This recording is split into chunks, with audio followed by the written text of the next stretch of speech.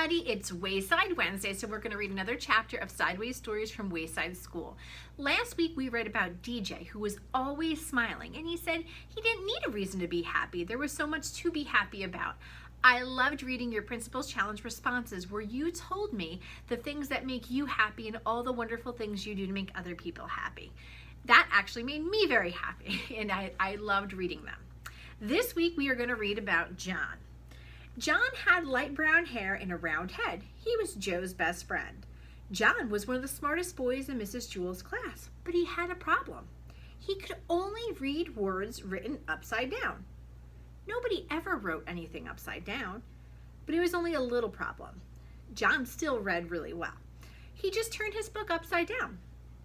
It was easier for John to turn his book upside down than to learn to read correctly, but the easiest way isn't always the best way. Mrs. Jewell said, "John, you can't go on reading like this. You can't spend the rest of your life turning books upside down." "Why not?" John asked. "Because I said so," said Mrs. Jewell. "Besides, what happens when I write something on the blackboard? You can't turn the blackboard upside down." "No, I guess you're right," said John. "I know I'm right," said Mrs. Jewell. "You are going to have to learn to stand on your head." John couldn't stand on his head. He had given up trying. You would have to give up, if you had fallen over as many times as he had. Joe was John's best friend. He could stand on John's head. Every time John fell over, Joe stood on his head. After all, what are best friends for? "My head is too round, Mrs. Jewell. I can't stand on it," said John. "Of course you can, John," said Mrs. Jewell. "If Joe can stand on your head, so can you." "It's easy, John," said Joe. "I can't," said John. "I always fall over." "Nonsense," said Mrs. Jewell. "All you have to do is find your center of balance. Now, up you go." John put his round head on the floor and swung his legs up. He fell right over. Then Joe stood on John's head. "See, John, it's easy. Nothing to it," said Joe. "We'll help you, John," said Mrs. Jewell. "Joe, get off John's head and get me the pillow from under my desk.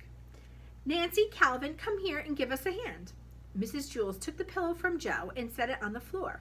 "All right, John, we'll surround you," she said. "We won't let you fall." John put his head on the pillow and swung his legs up. He started to fall one way, but Nancy pushed him back up. Then he started to fall the other way, but Calvin pushed him up. John kept falling a little bit this way, a little bit that way, until at last he found his center of balance. "Hey, look at me, said John. "I'm up. I'm really up. I'm standing on my head. I found my center of balance. It's beautiful. I can read the blackboard. Hey, Calvin, bring me a book. And you don't have to turn it upside down. Ha ha. Hey, woo, ah!" Bam! While Calvin went to get the book, John fell flat on his face. "You better stay off my head, Joe," he warned. "Are you all right, John?" asked Mrs. Jewell. "Yeah, I think so. I feel a little funny." "Hey, I can still read the blackboard and I'm not upside down. I can read right side up now. When I fell, I must have flipped my brain or something." "That is wonderful, John," said Mrs. Jewell. "Here, put the pillow back under my desk. As a reward, you may have a Tootsie Roll Pop. They are in the coffee can on top of my desk." Listen carefully now, guys. I'm going to read that paragraph again because the Principal's Challenge is in these last two paragraphs. So listen closely. "That is wonderful, John," said Mrs. Jewell. "Here, put the pillow back under my desk. As a reward, you may have a Tootsie Roll Pop. They are in the coffee can on top of my desk." John placed the pillow on top of her desk. Then he looked under the desk, but he couldn't find the Tootsie Roll Pops anywhere. So what happened to John when he fell over? You may have to listen carefully to those last two paragraphs again. So today's Principal's Challenge is, what do you think happened to John and why is he so confused now? Have a great day, everybody.